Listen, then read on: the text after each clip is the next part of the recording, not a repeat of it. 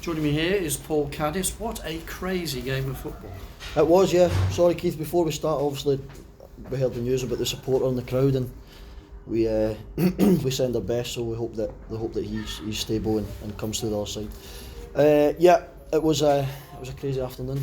Yeah, I've got a huge praise to the players, the character again. Something I was aware of when I came to the club, and you guys will probably know better myself, was the last time the club came from a goal down before I joined was 2021 or something like that at Chester away. But the character we've got in the groups, that's what won us the game today. Never lost belief. The supporters as well. The supporters were different class again. Never lost that belief. And I'm not. It sounds bad. I'm not too bothered about the goal. That happens. It's a mistake. I've been there myself. You make a mistake. I'd been more bothered if it was we got played through, our shape got played through, or we didn't react, we didn't sprint react, we didn't help our team. It's a mistake. It happens. I didn't even mention it to Skins at half time. That happens. That's football, and it shows you his character just to bounce back. So it looked to me as though that was the Curzon. They deployed tactics to spoil from there on in. Yeah, we've watched them the last couple of games. They've done the same. Brackley the last couple of weeks ago. They started off with a 5, and then the second half went into a 4, and they've done the same again. And they listen. I think they've won 4 and drawn 2 or something away from home. They're unbeaten away from home. So what they're doing clearly works. They're a well-respected side. They were 5th in the league when obviously they came here, but we're in a good space at the moment. We are full of belief. We've got that momentum going. And we've just got to continue that. I said to the players before the game that the best teams that I've played in and the best teams that I'm aware of, they press the reset button every single match day and we go, right, let's go again. Just reset and go again. What's our characteristics? We'll work for each other. We'll run as long and as fast as we possibly can. We'll try and outwork the opposition. We'll have desire to keep the ball out of the net. You look left and you look right in our changing room and everybody's together. And for me, it's something that I'm extremely proud of. As a young manager, I've only been in, I'm still learning myself, 3, 4, 5 months, whatever it may be, but I'm enjoying this moment. So I remember you in pre-season saying your teams are going to, if they lose the ball, you've got to get back in shape.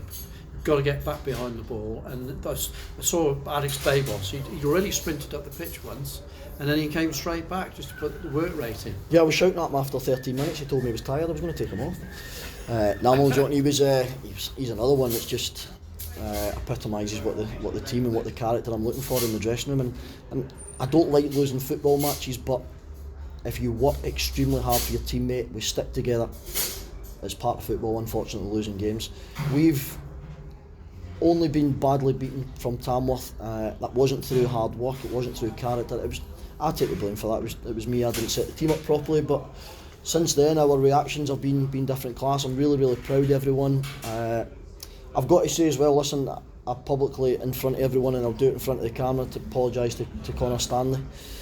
It was, again, I've just said I'm a young manager. It was the most difficult decision I've made since come in. He's a brilliant lad, he trains extremely well, and unfortunately at that moment in time it was a decision that, listen, I'm here to make tough decisions, and trust me, it was a very tough decision, but credit to him, he's on the pitch after the game, he's smiling, he's obviously going to be hurting, but he's put it in the right way, whereas we've had a positive reaction from him. He's been together with the players and stuff like that. So again, apologies to him, but it was a decision I had to make.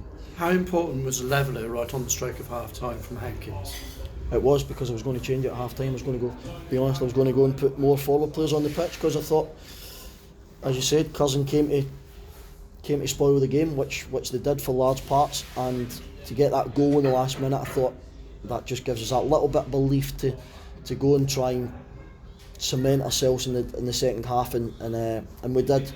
Listen, I've got to make special mention Ethan Freeman. I just said to him there, I don't know how he does it. He runs and works tirelessly for the duration of the game, and if you've got that up the top end of the pitch, then naturally people will follow you. So he's been a credit to himself first and foremost, but he's been a brilliant addition for us.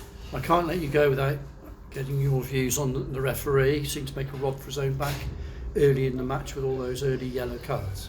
Yeah, once you start giving them out, you've got to be consistent with it. Our cousin, I think, got caught in a bit of traffic before the game, and I had said to the referee that obviously I would do the same. If we were caught in traffic, then you want to try and slow the game down. I said just be aware of the game slowing down. I think their goalie took quite a bit of time at times to get the game going. I spoke to him at half time again and said he was well aware of it.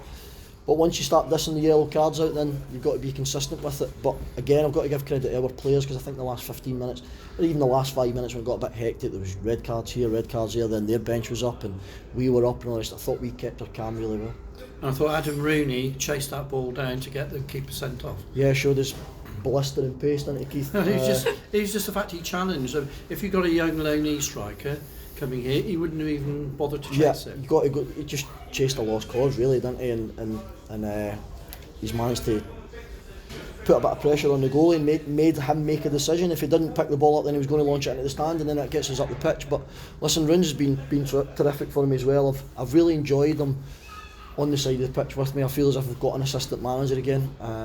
The boys love him. He wanted to try and get on the pitch earlier, but I just felt that we didn't want to hang in for too long. I know we were a little bit when we went down to 10 men, but I didn't want to camp in for 15-20 minutes. I'd have rather waited to see if we could try and see it through and wait to the last 5-10 minutes to get him on the pitch, which we did, and he got his rewards. He got that goal. Hereford on Tuesday. Yeah, tough game. We've got to reset. We've obviously got a lot of tired bodies in there. We'll evaluate everyone moving forward. The players will go and hopefully get a good rest into them, and we know what to expect when we go there, and we'll be ready for it. Thanks for your time. Thank you. Can I ask you about Paul Downing? What missed today? Yeah, Paul Downing's hamstring's a bit tight. He's played a lot of football in the last. In fact, Paul Downing's played more games for us than he has probably in the last 2.5 years. So we're just assessing that. He might be out for a couple of weeks, but it's something we'll look at. And luckily, with the captain coming back in, that's covered. Yeah, that helped. Obviously, Nath coming back in, and again was you could see in the last 5-10 minutes here he put his body on the line for us. He was struggling a little bit in terms of not playing a lot of football, and especially when the game becomes back to front. But again, another big character, and that's why he's captain of the club. You're going to miss Carl Hawkins now from suspension for one game? We will miss him, Charlie. I don't think I've been told it doesn't kick in till Charlie, so we'll have him for Alfreton, and then we've just got to deal with it. Because the first both bookings were soft. Yeah, I think that in fairness to the ref, he booked Kyle for the second one because he booked their lad a couple of minutes beforehand for kicking the ball away. So I can understand that. But even the goalie was saying to the ref at half time, I was in the ref room at the time, and it was just two men just having a bit of handbags. I don't think there was a need for a yellow card, but he became a bit obviously card happy at times, and that happened. It was quite a clever tactic to put Hawkins on the goalkeeper. I mean, they were having a bit of rough and tuffle, but in the end Hawkins won because he got the goal but with all the break. Yeah, exactly. And I think the first half we must have had about 7, 8, 9 corners. We were well on top. It was just trying to get that first contact and then Kyle for the second one again. But yeah, we recognise, and that's down to Sean, the goalie coach, who recognised that the goalie was smaller than the average goalie in the league, and we put Kyle on him and it worked, so credit to Sean. Okay. Cheers guys.